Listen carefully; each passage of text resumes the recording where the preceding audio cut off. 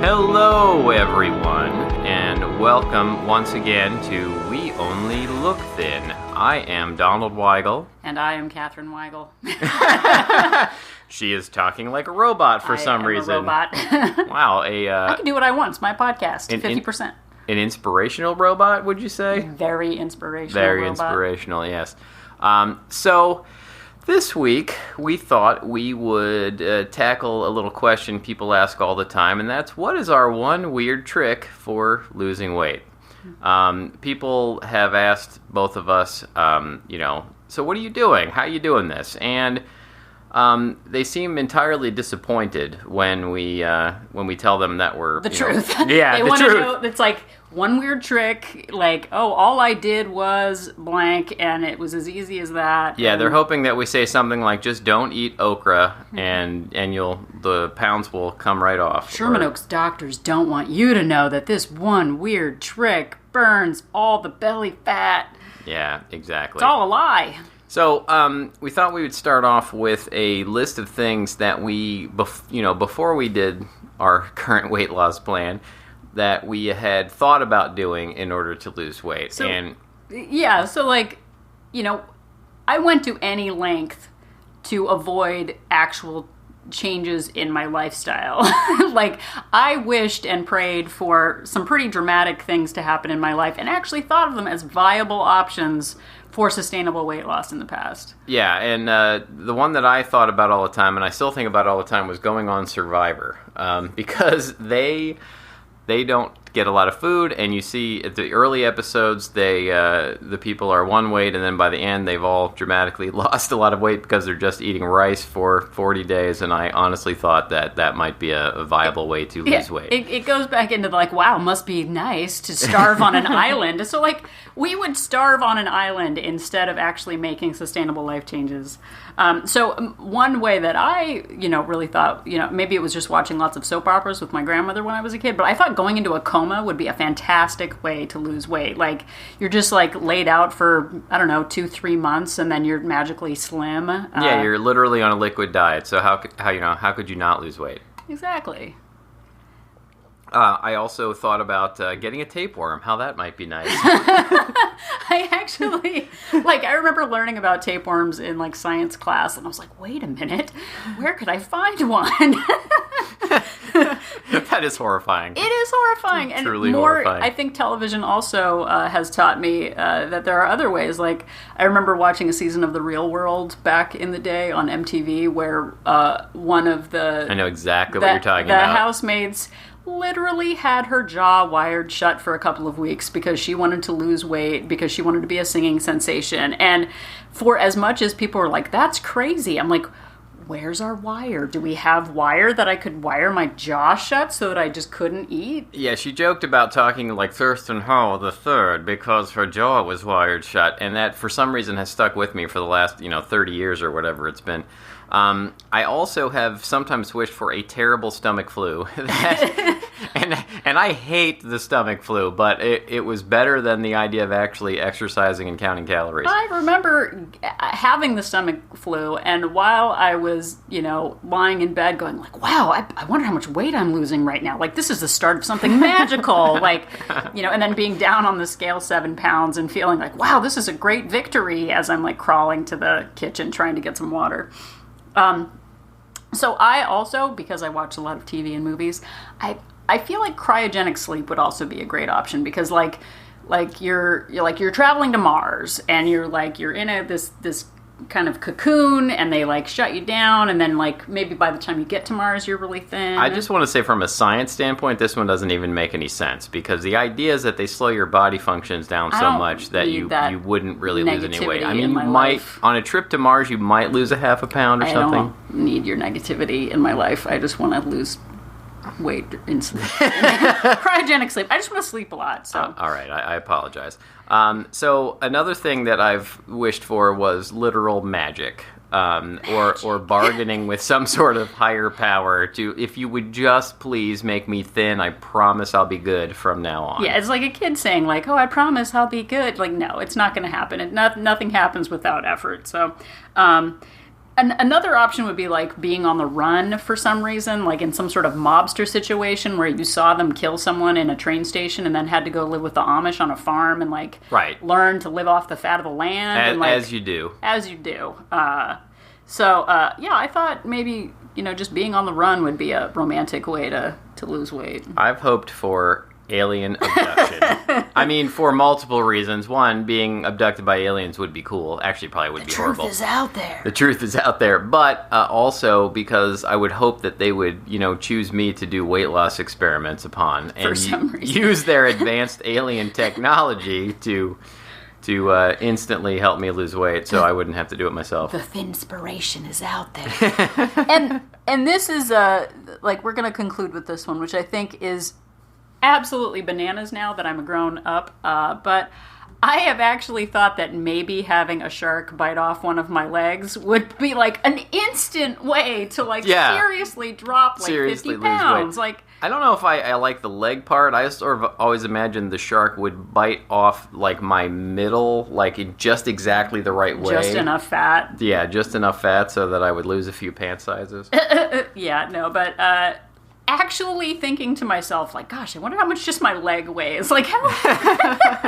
So these are the us's of the past who would go to any length and any magical reality to lose weight. And it turns out that, spoiler alert, I don't think any of those are really viable, sustainable options. Like, even if an alien did abduct you and practice weight loss surgery on you, like, you'd come home at some point and you'd put the weight back on. Yeah, I would just still be me inside and still fall back into the same habits. So, I think when I'd lost about 50 pounds, I remember going to our daughter's school and a woman seeing me for the first time in a while, and she got kind of wide-eyed, and she walked up and she was like, "Catherine, what did you do?" And she made this like staple motion toward her stomach. Yeah, you can't see Catherine's actually doing it on the podcast. She's making a motion like she's using a stapler on her stomach. But she got really excited, like, "Oh, did you, have surgery?" And I was like, "No, I just lifestyle changes." And the look on her face of despair and sadness that I hadn't used one magical weird trick was like palpable. Like, she didn't want to talk to me anymore because it was so depressing that I actually just had to make lifestyle changes. Yeah. So there are lots of people who ask me what I changed to lose weight, and I think a lot of plans will say just do these 5 things, sort of like the gremlin analogy that I made before, where it's like, whatever you do, don't eat a carb before 5 p.m. If you do, you'll catch on fire. Like, don't get yourself, That's another weight loss method we should have thought of, fire. That is one. But people have these hard and fast rules, and I know we've worked out with personal trainers. We've followed plans that had very specific instructions on exactly what to eat and when to eat. And my experience, when anyone asks me, "What did you do?" what I did is what worked for me. And as a person on your own, working on your own weight, you've got to live your life the way you live it. And if I eat, a salad every day and I lose weight, it doesn't mean it's going to work for you. I've had people go, tell me, "Catherine, all you need to do is have a green smoothie every morning. Like, it's the key to success." I don't want a green smoothie. I want coffee and I want cream. So I'm not going to say pretty much anything about what I eat, because that doesn't matter. What matters is mindset. So I'm going to go through my my top 10 list of what I had to do to lose weight. Number 1 is I had to stop lying to myself. I had to stop lying about why I was eating. I would often say, like, "Oh, I'm going to make this giant tray of lasagna for the family," and then proceed to eat. Family in quotes, for sure. Or I'm making cookies for my daughter's class, and then eat all of the cookies. I'm buying bagels for the office. I am buying cookies for the family. It was all a lie. And I had to get really honest about my intention with things. I had to get honest about what I was buying, why I was buying it, and what I knew I was going to do with it. And part of not lying, and I had to do this too. Part of not lying to myself was saying things like, I deserve this, or I've had a hard day, so I'm just going to let my good practices go out the window. And, things like, well, I'm not going to count these calories. Well, it doesn't matter if I don't count these calories. The calories are still going into me, and my body is still reacting to them because I'm still eating the stuff. Yeah, I deserve this. I don't deserve anything. Like, food is food, and you can decide why you're going to eat it. So not lying to myself, getting super honest has been really key, because what you tell yourself becomes your truth. I deserve this. No, I don't deserve this. I want a croissant. It has nothing to do with whether I deserve it or not. So not lying to myself. The next is I had to stop feeling sorry for myself. I could go on and on, or I used to go on and on about my childhood and injustices at work and in family life and things that I felt, I was put upon.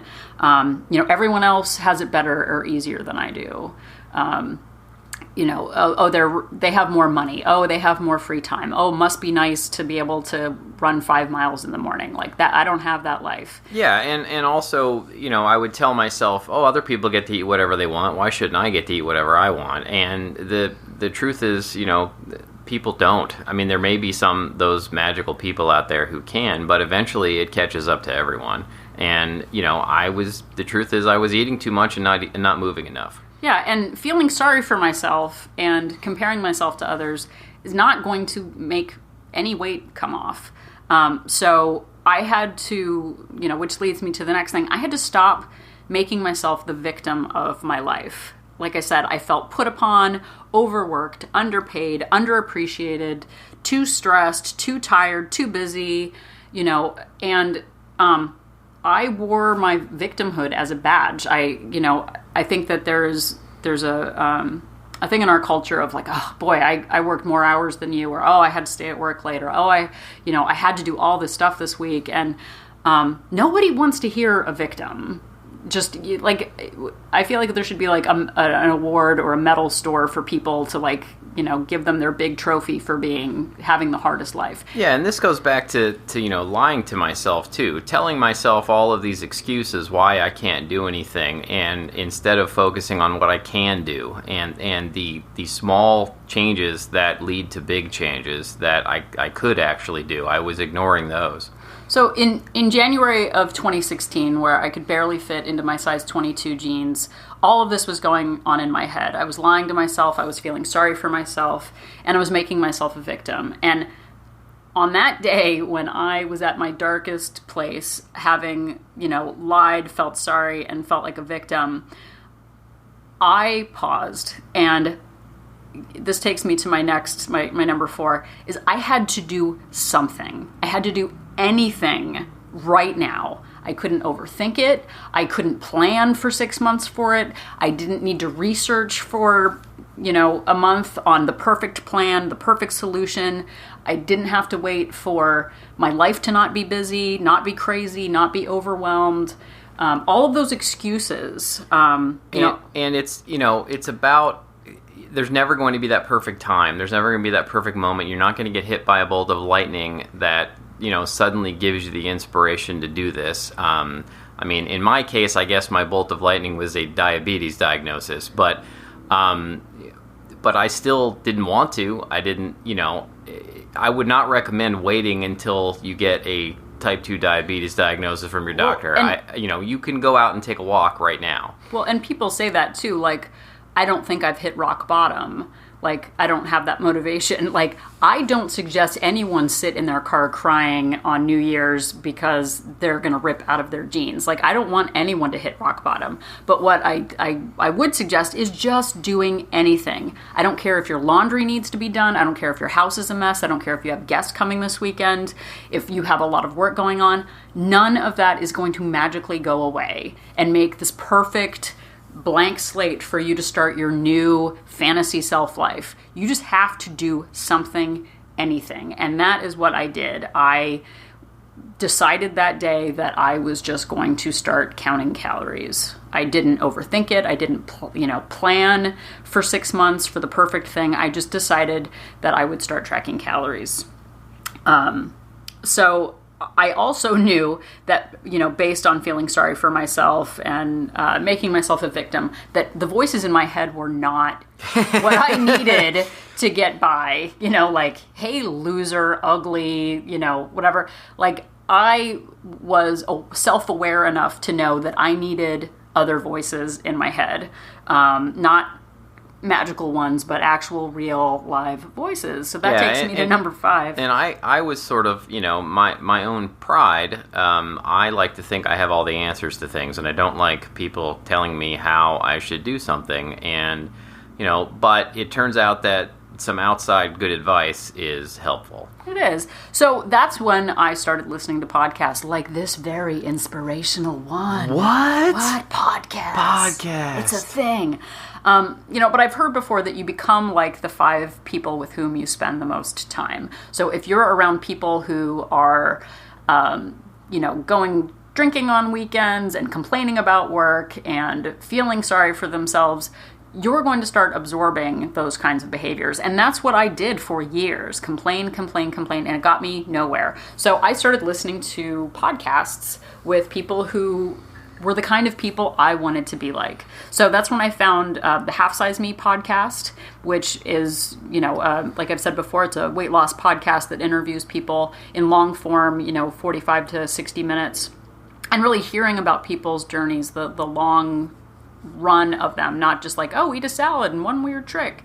So I started listening to Half Size Me. I started listening to another one called Happier, which by its own name, I want to be happier. I don't want to be... What do they try and do on that one? This week on Sad Sack, we're going to talk about... On Happier, we talk about giant apes. I listened to another one called Beyond Burnout, which was about working moms, which I was. So finding things that... And still are. And yes. Finding podcasts that inspire you to be the kind of person that you want to be, or books, or, online resources, whatever. I think I went full on the podcast front, and then I would impart knowledge onto Dawn. Yeah, and I listened to podcasts involving fantasy football, and I listened to audiobooks, and then I listened to her tell me about all of the rich information she was getting from her podcast. Rich and valuable. And this goes back to our, I hate using this term, but our codependency on, and the fact that we would give each other, we would feed each other's bad habits all the time, for the last 20 years of marriage. And this became a case of us feeding each other's good habits, and her giving me advice, and I think her telling me, oh, Gretchen Rubin said this, or Heather on Half Size Me said this, like, I didn't feel like she was lecturing me, and I was able to come around to accepting the advice a lot easier when it was coming from this outside party. And I think it really helped me to be like, well, maybe I'll accept that and try that and see how it goes. Well, and I think, too, as a couple, I know I don't like being told what to do, and, I don't think... Really? I love being told what to do. But, like Dawn said, framing it from the perspective of an expert instead of yourself, I think, is a big deal. And it just occurred to me that I could just make up things that Heather says. Like, Heather says you should really dust more often, Oh, really? It's not something I would want for you, but maybe you should try it. I'll have to do that. I literally just thought about that. That's fantastic. But getting experts... deciding what works for you and what doesn't work for you. I have gotten overloaded on podcasts as well, ones that have too many rules or, don't eat this before this. And, like I said before, I have to live for myself, but getting inspired by other people and other experiences and other perspectives. There was one podcast that I listened to called The 5 a.m. Miracle, which, I used to roll out of bed at 6:45. I would be late to work every day. And, I told myself I was not a morning person. And it occurred to me that if I wanted to work fitness into my life, that I needed to get up earlier. And so listening to this podcast, I don't listen to it much anymore, but listening to the 5 a.m. Miracle, productivity in the morning is something that I have worked into my life. And so I've gone from a person who wakes up at, struggles out of bed at 7 o'clock to someone who wakes up at 4:50 on weekdays to go for a walk, because I have made that an important part of my life. So change is possible. It's good quality time for us. It is quality time. So that takes us up to number 6, get off the couch. I thought I was active. I used to get 1,500 steps a day. I drove everywhere. I am telling you, just get off the couch. Walk somewhere. Walk to your mailbox. Yeah, do something. Do something you enjoy. Play basketball. Join a weekend softball league. For us, it's walking. Anybody can take a 5-minute walk. And I don't do anything now that I don't love doing. None of this is a punishment. I find posts that I made from years ago, like, oh, I hate my trainer, or oh, I'm taking this class and it's killing me. Nothing is killing me now. I'm not making my muscles cry. I'm just walking. Finding what works for you, where you are today, I think is critical. So just get off the couch. Number 7, which I think is, where it gets kind of the rubber meets the road, is I now track my steps, my calories, my weight, my measurements. I take photos, progress photos. At the beginning, I didn't want to take photos of myself. I didn't want to face where I was. I didn't want to get on the scale. And a really huge cornerstone of my change has been tracking. So for me, and for Dawn, we got Fitbits. I track my steps. I started counting calories, not starvation calories. I was probably getting 1,900 to 2,000 calories a day when I was at 250 pounds and I was losing weight. Yeah, and when I started, I think I cut myself back to 2,800 calories a day at the beginning, and I still lost, it's very slow, but I still lost some weight. I'm down to about 2,000, but an important part of that is to weigh and measure all of your food. Don't trick yourself into thinking that you're actually only having 1 tablespoon of mayonnaise when you're eyeballing it, because I made that mistake for sure and thought it was 1 tablespoon and it was 3 or 4, and, wondered why I wasn't losing as fast as I thought I should. Exactly. And I think it's hard to confront where you are when you start. At 250 pounds, I didn't want to have my picture taken. It wasn't until I had lost 15 pounds that I actually had Dawn take the first sort of full body picture of me. Even if you don't show it to anyone, just take progress photos. Don't be afraid of it. It was hard to get Dawn to take photos. He didn't want to take progress photos because I think he doubted whether or not he was going to actually make progress. Yeah, now I wished I had. I think the earliest photo I have of, good one is about a month in when I'd already also lost, 5 or 10 pounds. So the next one is, and I think this is critical, and it ties back to the woman I met on the schoolyard. Just let go of the gimmicks. Let go of, the 30-day quick fix, just cut this thing out, start over, plans that aren't going to fit into your life in the long run. You may have short-term success, and we are not experts, but for me, I knew that cutting whole swaths of my life out for the rest of my life was not going to work. So now my rule is, I ask myself, can I do this forever? And that has been critical because you're not, it's like you go on vacation and you're like, oh, I'm going to take a week off and I'm going to get my entire life together and it's going to change everything. And it does not do that.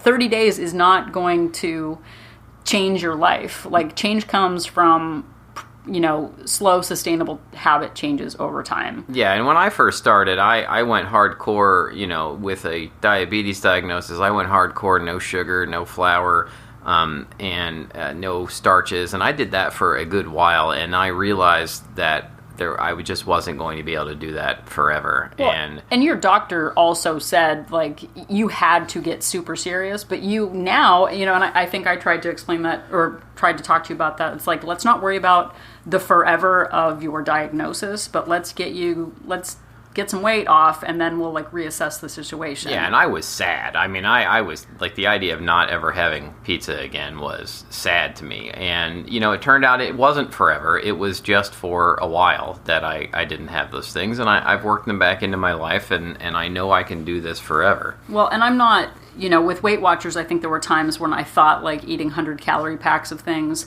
would magically like make weight fall off of me. Like, oh, if I just eat 500-calorie oh, wait a minute, I could have just eaten a piece of cheesecake. A nice piece of cheesecake.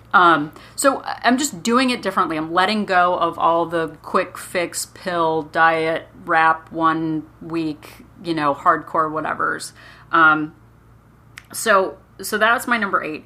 Number 9, and I think that this is a really big issue for me, and I learned about it on a podcast called Weight Loss Made Real, is I had to realize that I was an emotional eater. There are people who are binge eaters, there are compulsive eaters, and then emotional eaters. And I am nothing but a ball of emotions. So I found every day and every way to eat emotionally. You know, I've had some pretty serious, heavy family situations, and I would use that as an excuse to eat and drink. Crazy work situations, eat and drink. You know, my favorite show was canceled. Okay, eat and drink. And I had to disconnect myself, or at least be self-aware enough to recognize my emotional eating. Yeah, and it's still, after losing 104 pounds, still difficult to do that sometimes. Just this past Thursday, I had an extra long and stressful day at work, and I was irritated, and I was there much later than I would like. And, you know, about 9 o'clock at night, I just wanted to binge on everything that was in the kitchen at work, and I had to, you know, take a deep breath and not use it as an excuse, and you know, eat some carrot sticks instead. Well, and after, you know, being self-aware enough to recognize emotional eating and then get tools to replace emotional eating with positive habits, like I'm going to go for a 5-minute walk instead of eating or drinking my emotions, I had something pretty serious happen last year with a family situation, and after I got off the phone, after I found out about it, it didn't even occur to me to eat or drink. And it was shocking to me that that wasn't my first go-to. I was like, oh, you know, let's go for a walk. It's a beautiful day. And getting to the point where you really don't eat emotionally it's amazing, because that is a huge issue. And whether you're a compulsive eater or a binge eater, you know, all of that factors into eating. You can go on a plan for 30 days and they can tell you exactly what to eat, but that doesn't change why you eat. So that emotional side was huge for me.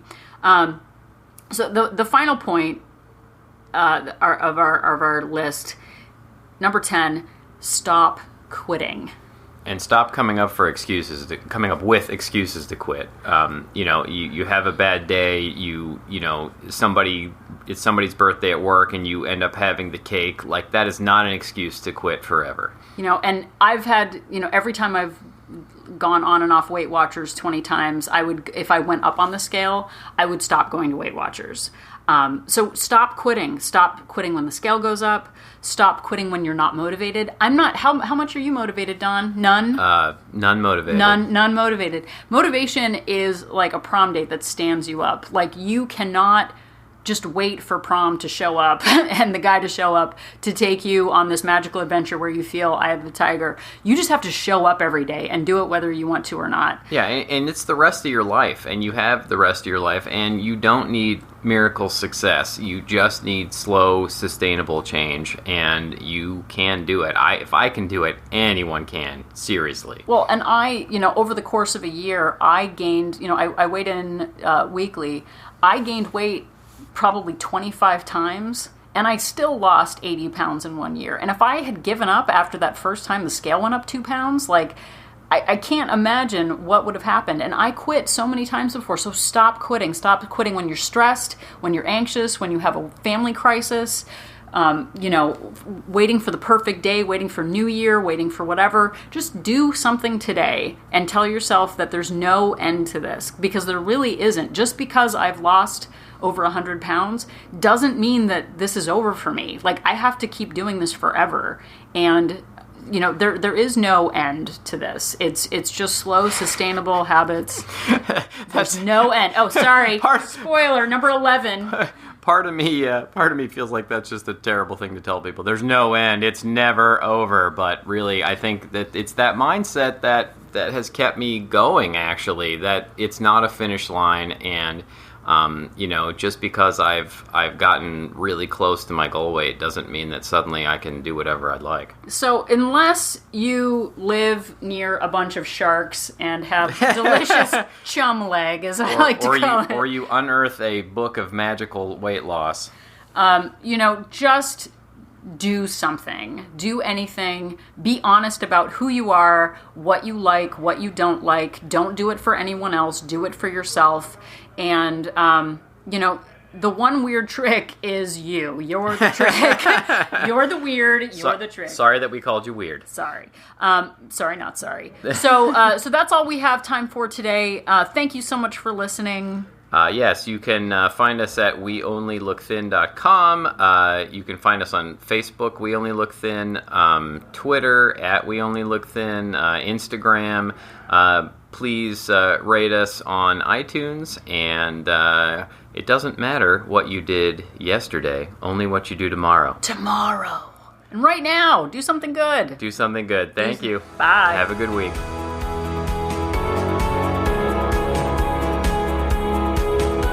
The information that you hear on this podcast is for informational purposes only.